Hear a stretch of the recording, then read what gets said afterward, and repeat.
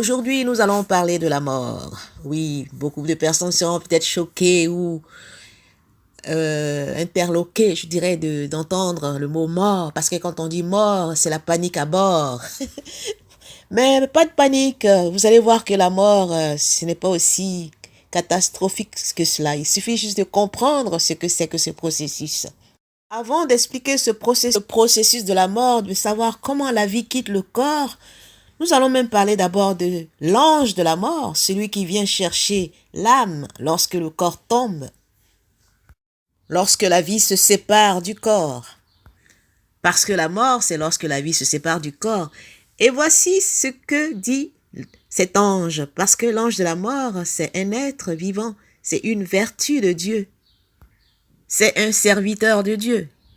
Et voici ce que dit ce serviteur, il dit « Je suis le passage d'un monde à un autre pour s'approcher toujours plus des mystères du Père. » Alors c'est quoi cet ange? Il dit « La mort est l'instant de tous les mystères qui nous aident à entrer dans le royaume de l'éternité. La mort, c'est la porte des étoiles. La mort est un ange qui ne nous accompagne que pour le grand passage par le portail initiatique, portail unique et étroit. La mort est l'expérience de tout le vivant. Tout ce qui vit expérimente la mort. La mort est un changement d'état d'être. La mort, c'est le moment fort et somptueux que chacun de nous doit passer. La mort, c'est le grand saut dans l'espace. La mort, c'est le moment qui bouleverse la vie pour donner naissance à une autre vie. La mort est le miroir de ta vie présente qui se révèle tel un secret, telle une écriture cachée, gravée, préservée et qui t'identifie, qui te décrit en substance. La mort, c'est l'instant de vérité, là où seul l'homme éveillé peut, de son vivant, aller et lire et connaître les mondes dans la clarté. La mort, c'est celle qui vient à la rencontre de l'initié et qui lui révèle de la vie ce qui est précieux, ce qui a de la valeur, ainsi que les secrets. La mort, c'est celle qui peut te désillusionner et faire pencher, basculer ton cœur en te révélant la divine origine de ta propre existence, te révéler d'où tu viens et te révéler de ton vivant, où diriger tes pas et ta destinée. La mort, c'est tout ce que tu dois comprendre et abandonner pour retrouver ta première légèreté. La mort, ce sont les haillons et les faux semblants, les masques dont on t'a recouvert et que tu peux toi-même enlever, retirer si tu le veux. La mort, c'est la fin à toi-même, la fin de la petite personnalité pour que tu entres dans l'immensité, dans ton universalité. Laisse tomber les masques de la fausseté. Retrouve en ton centre, en ton cœur, la véritable divine pureté. La mort te conduit à la vie après la vie. Alors, prépare ta mort en étant vivant. Et être vivant, c'est entrer dans l'impersonnalité. C'est entrer dans la grandeur et l'authentique liberté. Surtout, n'oublie pas le cadeau de l'existence et la mission que tu es venu réaliser sur la terre. N'oublie pas la présence de la lumière qui, en ton être profond, en ton cœur, peut et veut te préserver, te sauver des illusions et du néant. Voici ce que te dit encore l'ange de la mort. Il dit « Conduis la vie au-delà de la mort ». Ainsi, apprends à entrer dans l'éternité en y pénétrant, en t'y consacrant de ton vivant, en te construisant un corps de sagesse lumineux et en posant des œuvres, des actes pour Dieu sur la terre. Traverse le voile de l'illusion de la séparation du grand tout. Révèle-toi et proclame ta rareté. Réveille-toi et relève-toi d'entre les morts. Éveille-toi à l'essence divine qui emplit, qui crée, qui aime, qui porte tout. L'ange de la mort te dit encore, Je suis un ami, un accompagnateur vers les mondes où déjà par le passé tu es venu. Et je te guide au-delà des chimères, de la sphère fermée des illusions, où tu fus trompé, illusionné. Je t'emmène, si tu es, pendant ta vie, préparé, devant la porte du divin monde, là où seuls les avertis et les enseignés peuvent se présenter, ayant traversé les épreuves de l'illusion et du mensonge. Ange de la mort, je suis la porte de la vérité. Tu ne peux toucher la vérité si tu ne meurs, comme sémence mise en terre et qui renaît à la vie.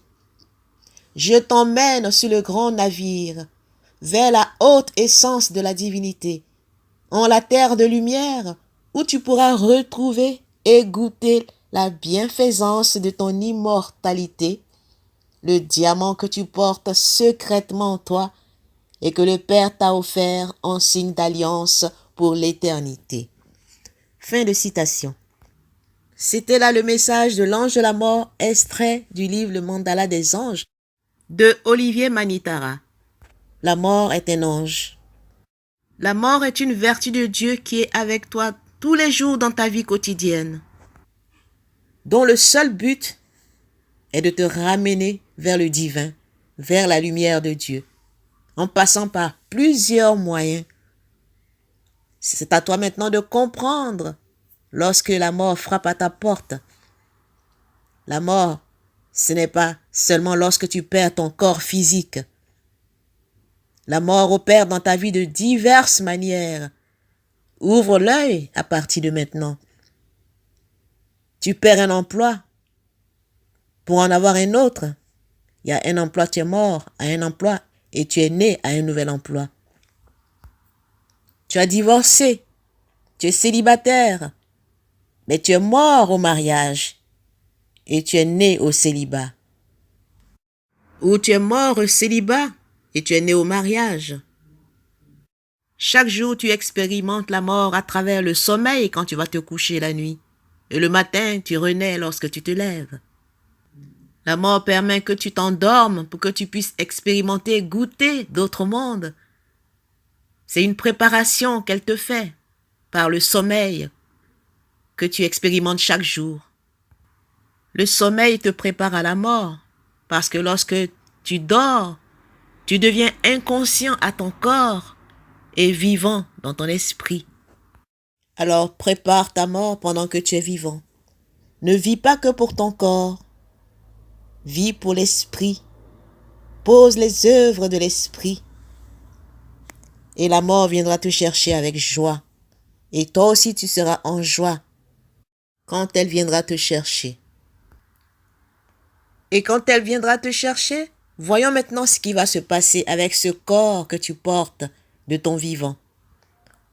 Parce que dans ce corps, tu as la vie, tu as l'énergie de vie, tu as l'énergie divine.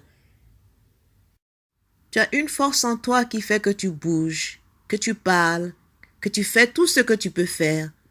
C'est ce qu'on appelle l'énergie de vie. Et cette énergie est répartie dans ton corps de plusieurs façons, en particulier de 5 façons différentes pour que ton corps puisse fonctionner normalement. C'est ce qu'on appelle les 5 mouvements énergétiques du corps. Dans la tradition hindoue ou yogique, ça s'appelle les Vayus. Ce sont les 5 souffles qui sont en charge des dimensions, des mécanismes du fonctionnement de ton corps. Le premier souffle, qu'on appelle Prana Vayu dans la tradition indienne, c'est le souffle, c'est l'action de la respiration, c'est le processus de la circulation du sang dans l'organisme.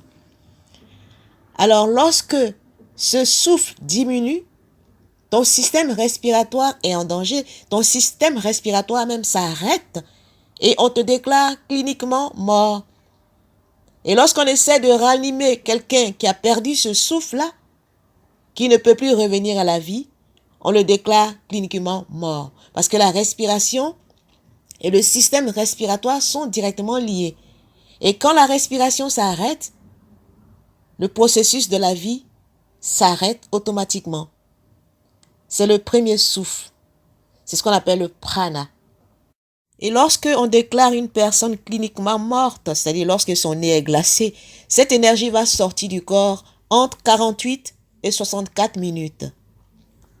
Une fois que la personne ne respire plus, la deuxième énergie qui va sortir de son corps, c'est ce qu'on appelle le samana vayu. C'est l'énergie qui fait que tu as la chaleur dans ton corps. Et lorsque cette énergie va commencer à quitter le corps va commencer à refroidir et à se raidir. Et ce processus dure entre 21 et 24 minutes. Donc une personne qui est morte, au bout de 24 minutes déjà, son corps est tout glacé, son corps est tout raide. Ça, c'est la deuxième étape. La troisième énergie qui va sortir après celle-ci, c'est celle qu'on appelle apana vayu. C'est l'énergie qui fait que l'homme a des sensations dans le corps. C'est ce qui fait que tu peux toucher, tu peux bouger, etc. C'est l'énergie des sensations. Et même après la mort clinique, les activités sensorielles de l'homme sont toujours actives. Et la vie du corps n'est pas encore convaincue que tout est fini et le corps continue à faire des efforts comme s'il était encore en vie. C'est pourquoi des fois on voit dans les cliniques des morts qui bougent encore et qui font peur aux gens. C'est parce que les sensations du corps sont encore là.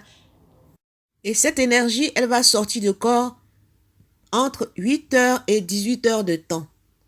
Donc pendant tout ce temps-là, le corps peut bouger. Pourtant, on a déclaré la personne cliniquement morte. Pourtant, la personne ne respire plus.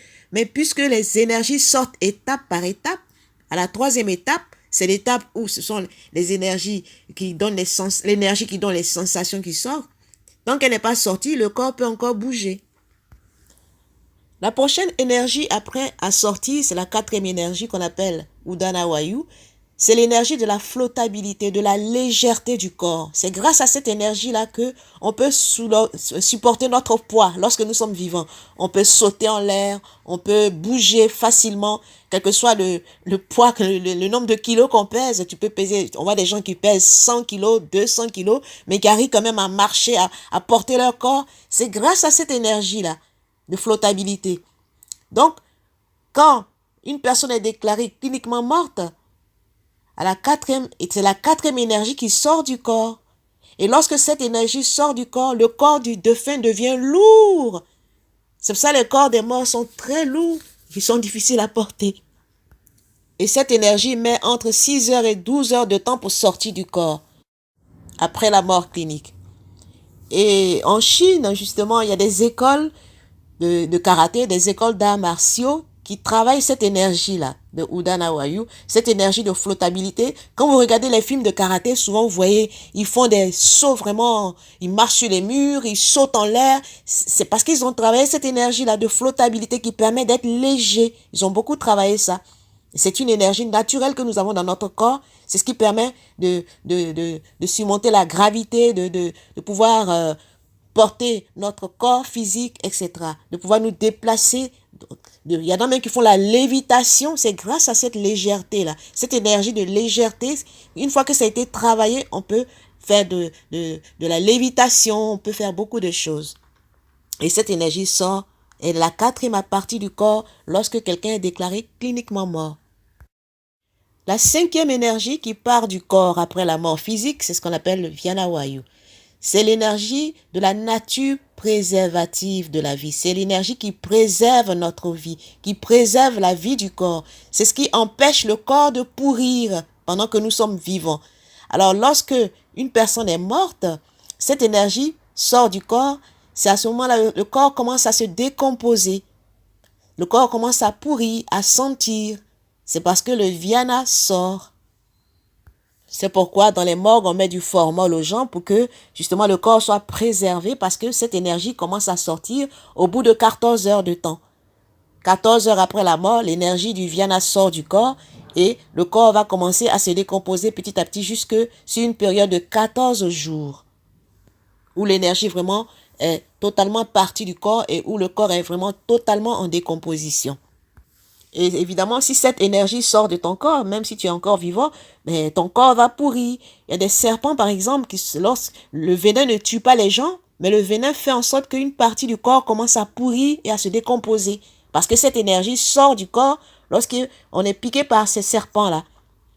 Pourtant, la personne est vivante, mais elle voit son corps tomber en lambeaux. C'est parce que l'énergie du Viana, l'énergie qui préserve la vie du corps pour que le corps ne pourrisse pas pendant qu'on est vivant, cette énergie est en train de sortir. Et si on ne fait rien, la personne va mourir pour de vrai. Donc, pour résumer, ces 5 énergies qui partent du corps après la mort clinique, c'est que la première énergie, c'est la respiration, le souffle. Une fois que la personne ne respire plus, qu'on a constaté qu'il n'y a plus de souffle, d'inspire, d'expire, on déclare la mort clinique. Suite à la mort clinique, la deuxième énergie de vie qui part du corps, c'est la chaleur du corps, la température du corps, le corps qui refroidit, qui commence à raidir. Troisième étape, troisième énergie qui part, c'est la sensibilité du corps. Tu peux taper le mort, le gifler, le pincer, il ne sentira rien parce que la sensibilité n'est plus là. La sensibilité commence à sortir. Mais il y a encore un peu de sensibilité, donc deux fois le corps va bouger un peu.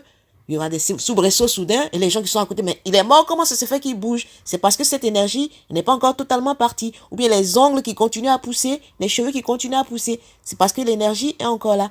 La quatrième énergie qui sort, c'est la légèreté, l'énergie qui fait que nous sommes légers quand nous sommes vivants. Cette énergie part, donc le mort devient lourd, il est lourd à porter. Et enfin, la cinquième énergie, c'est l'énergie qui fait que notre corps ne pourrit pas quand nous sommes vivants.